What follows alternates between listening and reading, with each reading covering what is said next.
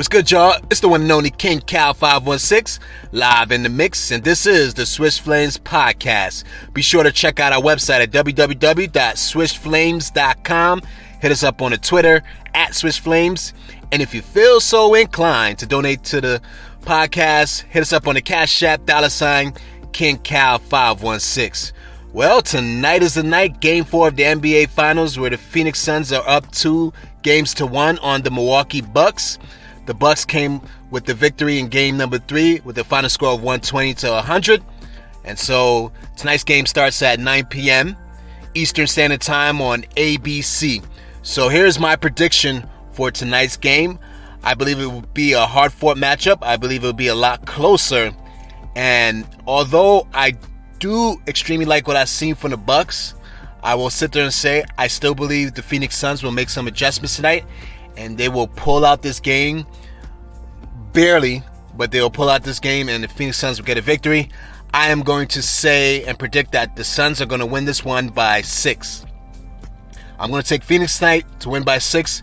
They'll go up 3-1, and it'll just be any day now from here of the Phoenix Suns becoming the NBA champions. So I'm going to hold on to my prediction, and that's the way I feel. So normally when I do these predictions, what I like to do is look at the last game from the standpoint of the team that lost and what adjustments they need to make in the current game in order to win. And so since the Suns lost the last game, this time around, I'm going to give you a couple of details of what I believe the Suns need to do tonight and adjustments that they need to incorporate in order to win the game tonight.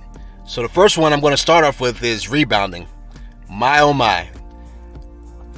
The Suns got dominated on the boards, and that has to be definitely a priority. They're going to have to crash the boards. More guys are going to have to go in and crash those boards. You can't just rely on DeAndre Ayton. So when Cam Johnson comes in the game, he's got to crash. Mikal Bridges. They got to get more guys crashing. Jay Crowder. More of these guys got to be crashing.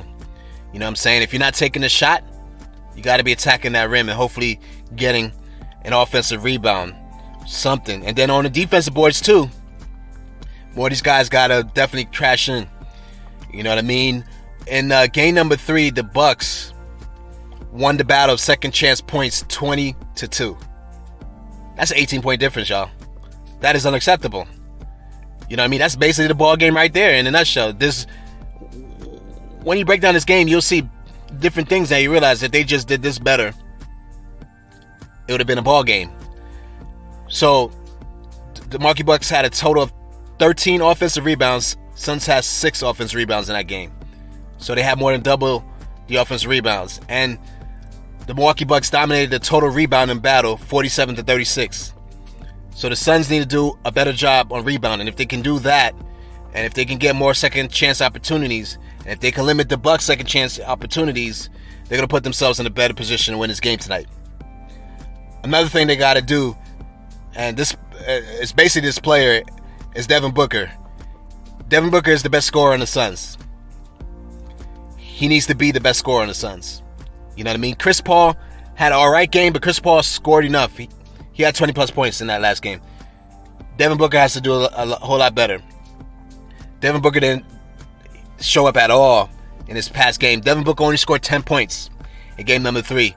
And so the Suns have to find a way to get him going early, get him easy looks. Sometimes I feel when I'm watching Devin Booker that he settles for the jumper. And if he's hitting the jumper, he's good.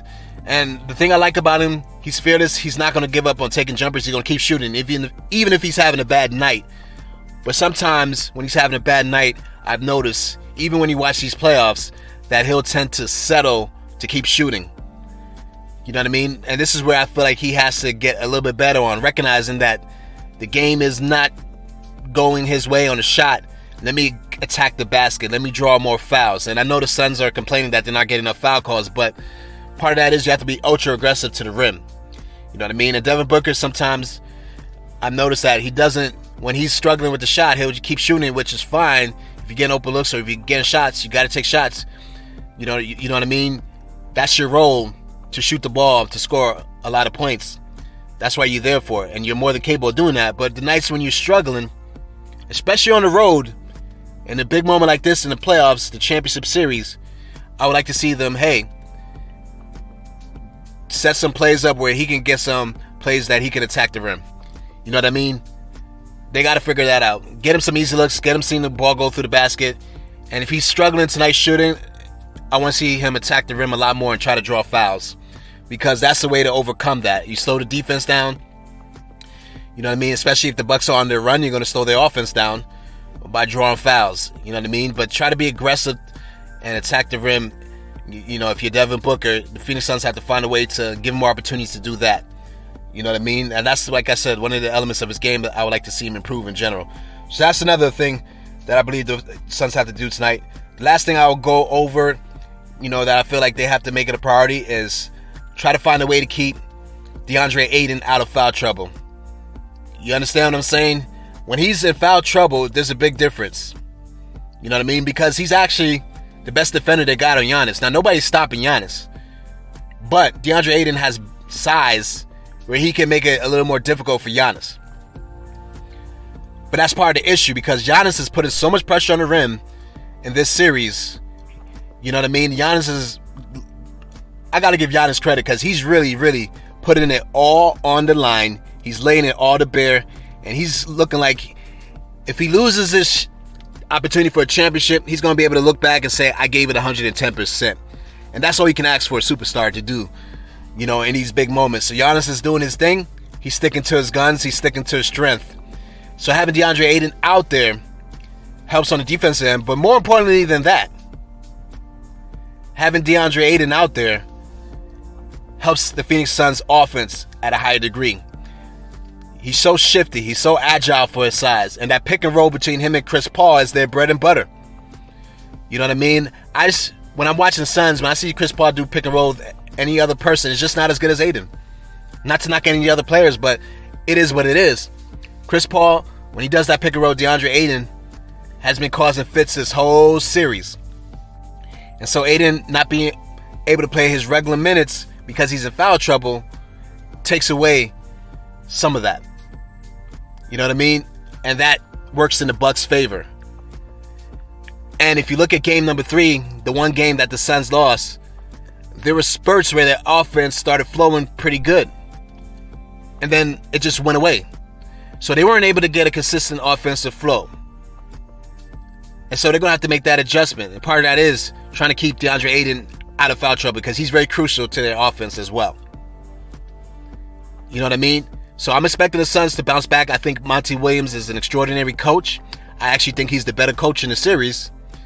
And I expect him to do some adjustments to make some of these things happen. And I expect the Phoenix Suns to go 3-1 on cruise control to winning an NBA championship. All right. So with that said, I'm out for today. Anyhow, remember the game is tonight at 9 o'clock p.m. Eastern Standard Time on ABC. Remember to check us out at the website www.swishflames.com. Hit us up on Twitter at swishflames.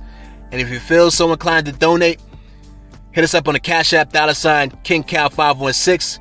Till next time, check y'all later.